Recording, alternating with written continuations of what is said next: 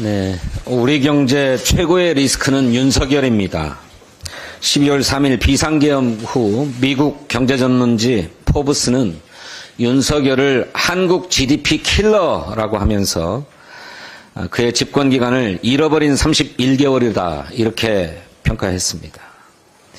비상계엄 이후 외국 투자자들이 내답한 우리나라 국채가 18조 원을 넘어섰습니다. 윤석열 체포 실패에 외신들은 충격적이다. 정치적 위기를 더욱 심화시키는 이례적인 전개다. 한국 정치와 사법의 기능 부전이 내정과 외교에 줄 악영향은 가늠하기 어렵다 하는 등의 심각한 우려를 표했습니다. 이대로 가다가는 국가의 대외 신인도도 IMF 외환위기급 악몽이 재현될지 모릅니다. 당시 하락한 국가 신용등급을 IMF 이전 수준으로 회복하는 데에만 14년이 걸렸습니다.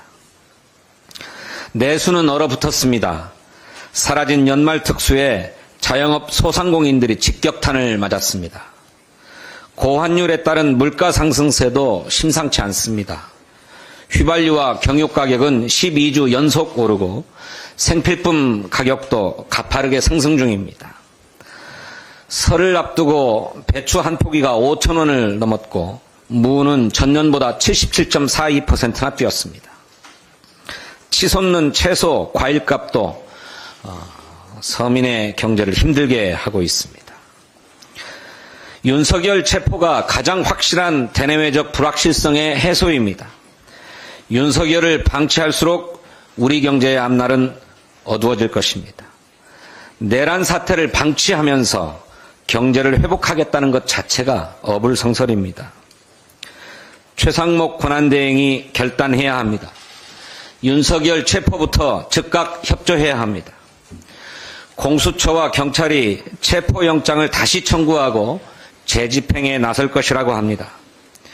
경호처가 국가 사법질서에 도전하는 일이 없이 협조하도록 지시하십시오.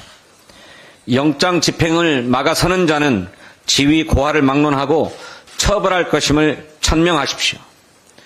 내란의 청구서가 경제 파탄으로 돌아오는 일은 결단코 막기를 바랍니다. 국민의힘이 민의로 선출된 국회의원 본분을 내팽개치고 제2의 내란을 획책하고 있습니다. 지난 5일 법원은 피의자 윤석열이 제기한 체포영장에 대한 이의 신청을 기각했습니다. 그럼에도 불구하고 국민의힘 소속 40여 명의 국회의원들은 체포영장 집행을 막겠다고 한남동 관저로 달려갔습니다. 국민 앞에 석고 대죄해도 모자랄 판에 내란 공범을 자임하고 나선 것입니다. 심지어는 탄핵 찬성 집회에 중국인들이 대거 참여한다는 유언비어를 확산시키면서 국민을 모독하고 거짓 선동까지 일삼습니다. 도대체 누가 공권력을 무너뜨리고 국민 안전을 위협하는 난동 세력입니까?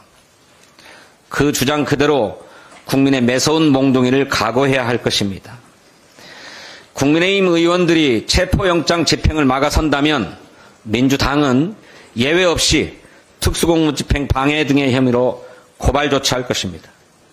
공조본도 영장 집행을 방해하는 자들은 지위고하를 막론하고 현행범으로 체포해야 할 것입니다. 헌법에 따라 국회의원도 현행범의 경우 불체포 특권이 적용되지 않습니다. 국민의힘은 더는 목리를 부리지 말고 이성을 되찾기를 촉구합니다. 어제 제주항공 여객기 참사 희생자 179명 모두가 가족의 품으로 돌아갔습니다. 사고 수습과 지원에 최선을 다해 주신 관계 공무원과 또 유가족들을 돕기 위해서 자원봉사, 후원으로 함께해 주신 모든 국민께 감사드립니다. 민주당은 유가족과 지역 지원 등을 위한 항공참사특별법을 당론으로 추진하겠습니다. 또한 양당이 합의한 국회 특별대책위원회를 조속히 구성해서 철저한 진상규명과 재발 방지 대책을 수립하겠습니다. 감사합니다.